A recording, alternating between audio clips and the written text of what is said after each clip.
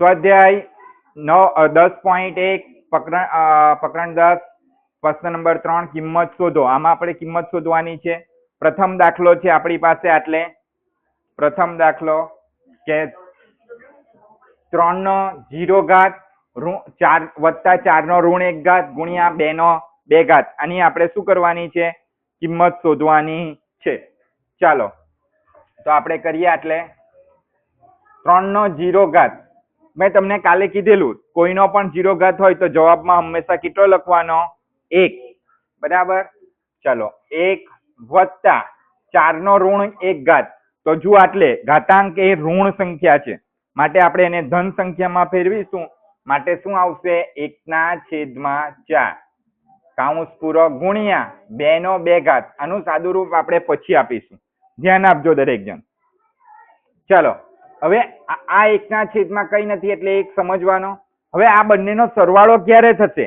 આ બંનેનો સરવાળો ત્યારે જ થશે કે જ્યારે બંનેનો છેદ સરખો હોય.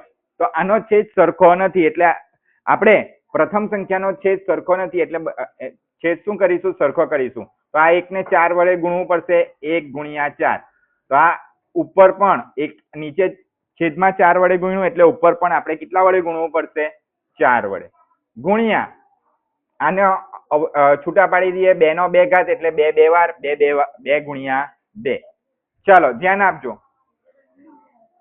જુઓ, એટલે 1/4 લખવાનું બાકી છે વત્તા 1/4. હવે અત્યારે નથી છૂટા પાડતા. 2 નો 2 ઘાત. ચાલો આટલું થઈ ગયું. 4 1 4 4/4 વત્તા 1/4 ગુણ્યા 2 નો 2 ઘાત. હવે અંશનો સરવાળો જુઓ, બંનેનો છેદ સરખો થઈ ગયો. 4 વત્તા 1 ગુણ્યા 2 ગુણ્યા 2. તો તમે જોઈ શકો છો. એટલે 4 વત્તા 1 5/4 ગુણ્યા 2 2 વાર 4. તો આ બંને 4 4 કેવા છે? સરખા એટલે કેન્સલ. એટલે આપણો જવાબ શું આવે છે? એટલે 5. બરાબર. આ પ્રથમ દાખલાનો જવાબ આવી ગયો. હવે આપણે બીજો દાખલો કરીશું. ધ્યાન આપજો દરેક જણ. 2 નો ઋણ 1 ઘાત ગુણ્યા 4 નો ઋણ 1 ઘાત ભાગ્યા 2 નો કેટલો ઘાત છે? ઋણ 2 ઘાત છે. ચાલો ઋણ 1 ઘાત હોય તો આપણે એની વ્યસ્ત સંખ્યા લખવી પડે, આપણને ખબર જ છે. માટે 1/2 નો 1 ઘાત તો ધન થઈ જશે. 1/2 લખવું પડે અથવા તો ચાલો ગુણ્યા 1/4 નો 1 ઘાત ભાગ્યા 1/2 નો 2 ઘાત. ઋણ 2 છે એટલે ધન કરીશું. બરાબર. ચાલો એટલે જુઓ, 1/2 નો 1 ઘાત એટલે ફક્ત 2 ગુણ્યા 1/4 એટલે 4 નો 1 ઘાત એટલે ફક્ત 1/4 ભાગ્યા એટલે જોજો 1/, ધ્યાન આપજો, 2 નો 2 ઘાત એટલે 2 નો 2 ઘાત એટલે 2 નો વર્ગ. આપણને ખબર જ છે 2 નો વર્ગ કેટલો થાય? 4. માટે 4 લખી દઈએ. ચાલો હવે જુઓ, એટલે ગુણાકાર છે એટલે ગુણાકાર કે ભાગાકાર હોય ત્યારે આપણે છેદ સરખો કરવાની જરૂર નથી. માટે આપણે ડાયરેક્ટ કહીશું ગુણાકાર. 1 1 વાર 1 અંશનો ગુણાકાર ને છેદમાં 2 અને 4 છે. 2 4 વાર 8 ભાગ્યા શું આવ્યું? 1/4. બરાબર. તો એટલે આ ભાગાકાર છે તેની જગ્યા પર ગુણાકાર લખીશું. તો ભાગાકારની પાછળ જે કોઈ સંખ્યા છે તેની વ્યસ્ત સંખ્યા લખવી પડશે.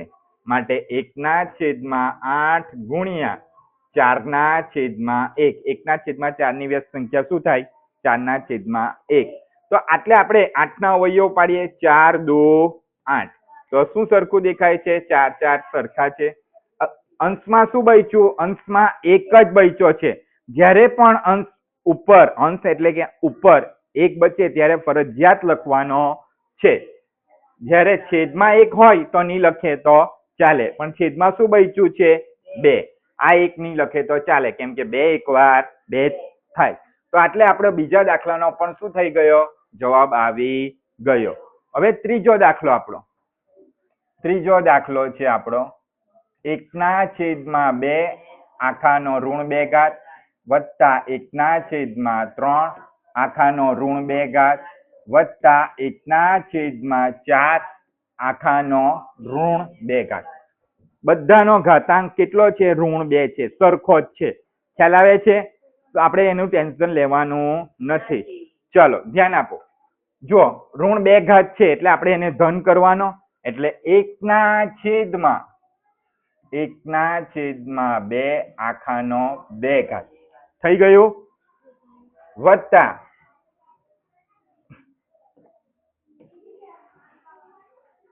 1/3 આખાનો 2 ઘાત. આખું પદ છેદમાં લઈ જવું પડે, બરાબર. તે જ રીતે વત્તા 1/4 આખાનો 2 ઘાત.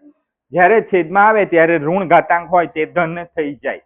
ચાલો હવે જુઓ, 1/, આ 2 ઘાત બંનેને વહેંચી દઈએ.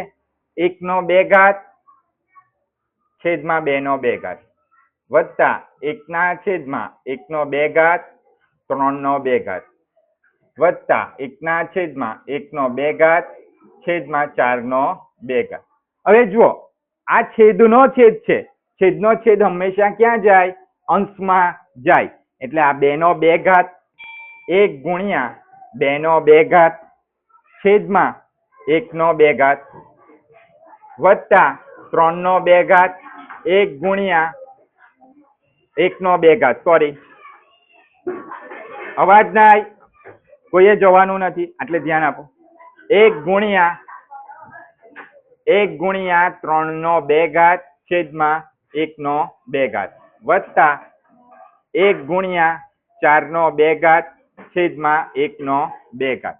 ચલો 2/1 ઘાત ગુણ્યા 2/1 ઘાત એટલે 2/2 ઘાત ગુણ્યા 1 એટલે 2/2 ઘાત,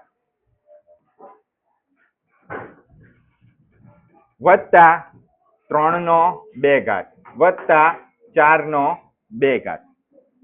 છેદમાં 1 છે, 1/2 ઘાત, 1/2 ઘાત છેદમાં 1 હોય તો નહીં લખે તો ચાલે. 2/2 ઘાત એટલે 2 વર્ગ કેટલો થાય? 4. 3 વર્ગ કેટલો થાય? 9. ને 4 વર્ગ કેટલો થાય? 16. આ બધાનો સરવાળો કરીશું. 16 + 4 20, 20 ને 9 29. તો આપણો જવાબ આવી ગયો. એટલે